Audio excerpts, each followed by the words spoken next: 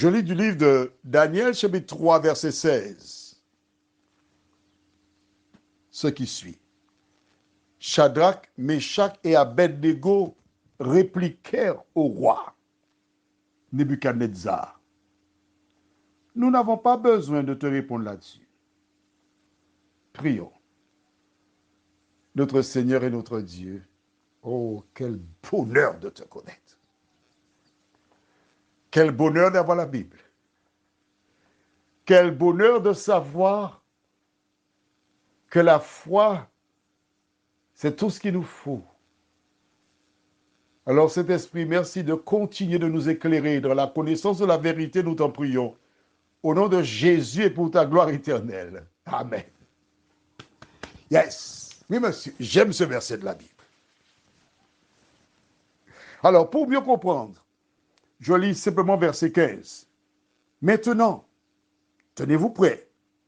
Et au moment où vous entendrez le son de la trompette, du chalumeau, de la guitare, de la sambuc, du psalterion, de la cornemuse et de toutes sortes d'instruments, vous vous prosternerez et vous adorerez la statue que j'ai faite.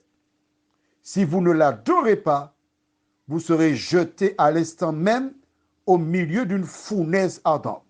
Et quel est le Dieu qui vous délivrera de ma main? Insolent, mal élevé, voyou. Et je pourrais trouver encore d'autres adjectifs. Jusque-là, Shadrach, Meshach et Abednego n'avaient pas ouvert la bouche. Jusque-là, ils avaient gardé le silence. Jusque-là, ils étaient en communication exclusive avec le roi des rois, le créateur des cieux et de la terre. Jusque-là, ils faisaient monter des télégrammes vers l'Éternel des armées. Jusque-là, ils demandaient à Dieu la protection divine. Jusque-là,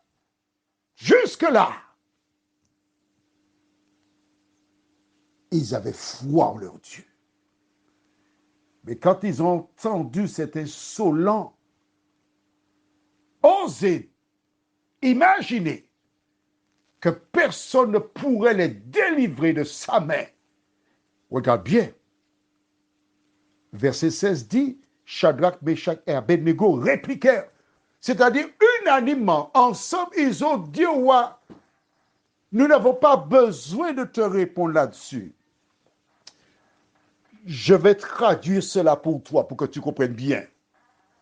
En clair, ils ont dit à Nebuchadnezzar, tu ne vaux pas une réponse.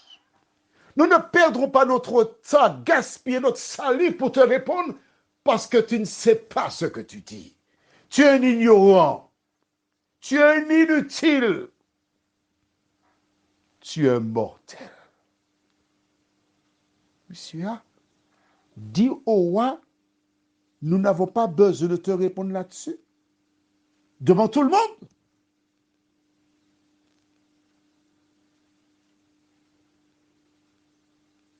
Les personnes qui étaient sur l'estrade près du roi se sont regardées, effarées.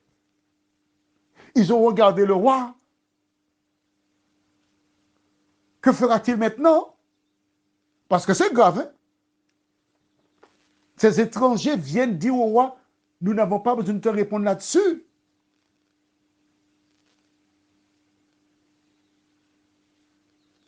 Que fera le roi? Tu le découvriras demain. Prions. Notre Seigneur et notre Dieu.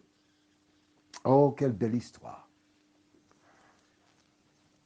Beaucoup de personnes regardent des films en télévision, telenovelas, épisodes, qui sont réalisés à partir de mensonges.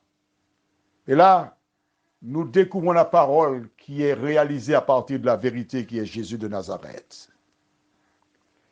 Voici ces trois jeunes gens qui ressemblaient à des images.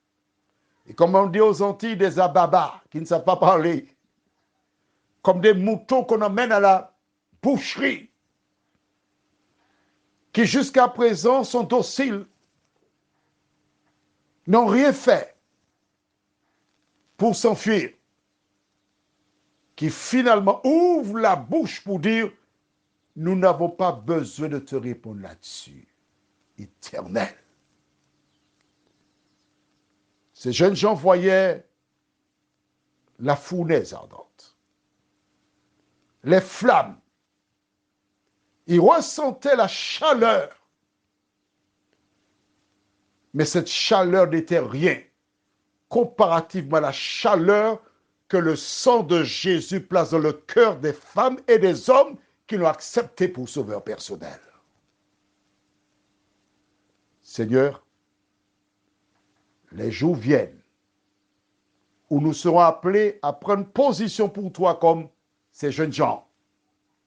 Donne-nous, ô Éternel, d'avoir la même foi, la même assurance, la même fougue pour nous lever et dire, comme Josué, moi et ma maison, nous servirons l'Éternel. Merci pour ta parole. Nous t'avons prié au nom de Jésus et pour ta gloire éternelle. Amen.